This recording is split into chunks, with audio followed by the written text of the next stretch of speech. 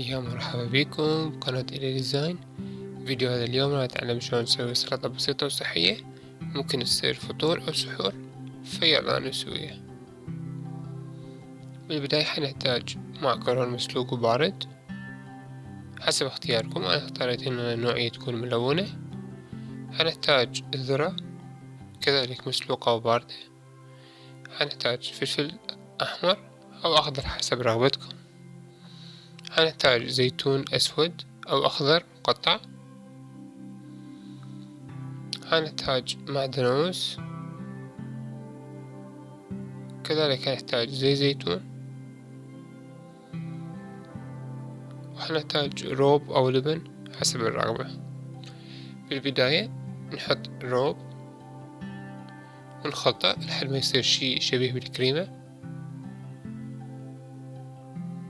بعد ذلك نضيف زيت زيتون وكذلك نخلطه لحد ما يتجانس سوية. بعد ذلك نضيف الزيتون. يفضل الزيتون ما يكون مالح جدا، لأنه ملوحة برمضان تأثر على الصوم. ونضيف المعدنوس ونخلط.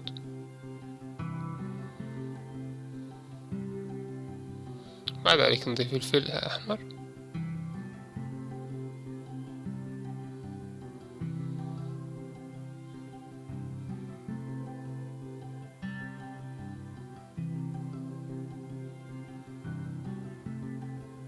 ونخلط. ونضيف الذرة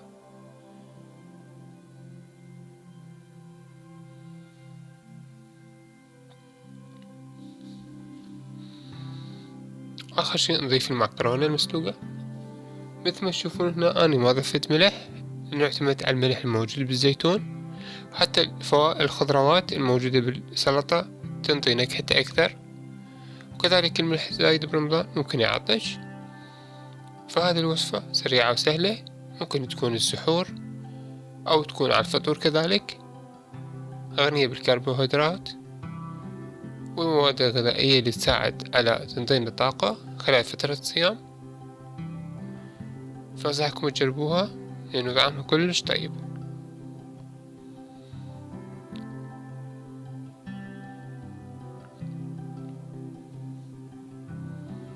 الوصفة الثانية وصفة كذلك باردة، ممكن تكون للسحور أو الفطور، ولكن بها اختلاف بسيط.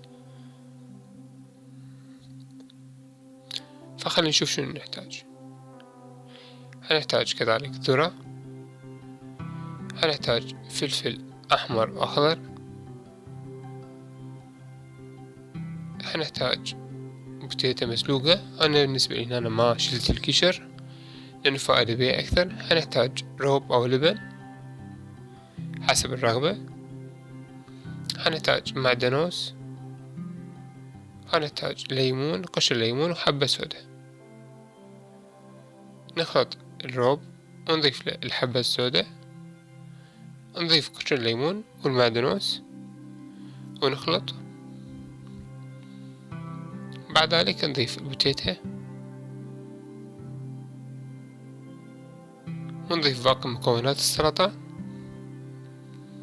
إذا كنتوا جديد بالقناة لا تنسون تسوون سبسكرايب، اشتركوا بالقناة، تفعلوا زر الجرس حتى تصلكم الإشعارات أول بأول. نخلطها بهذا الشكل حتى تتجانس. هذه وصفات سريعة وسهلة، ما تاخذ أي وقت، وبنفس وقت إنه صحية وما بها أي دهون، وغنية بالمواد الغذائية اللي تعطينا قيمة وطاقة خلال فترة الصيام.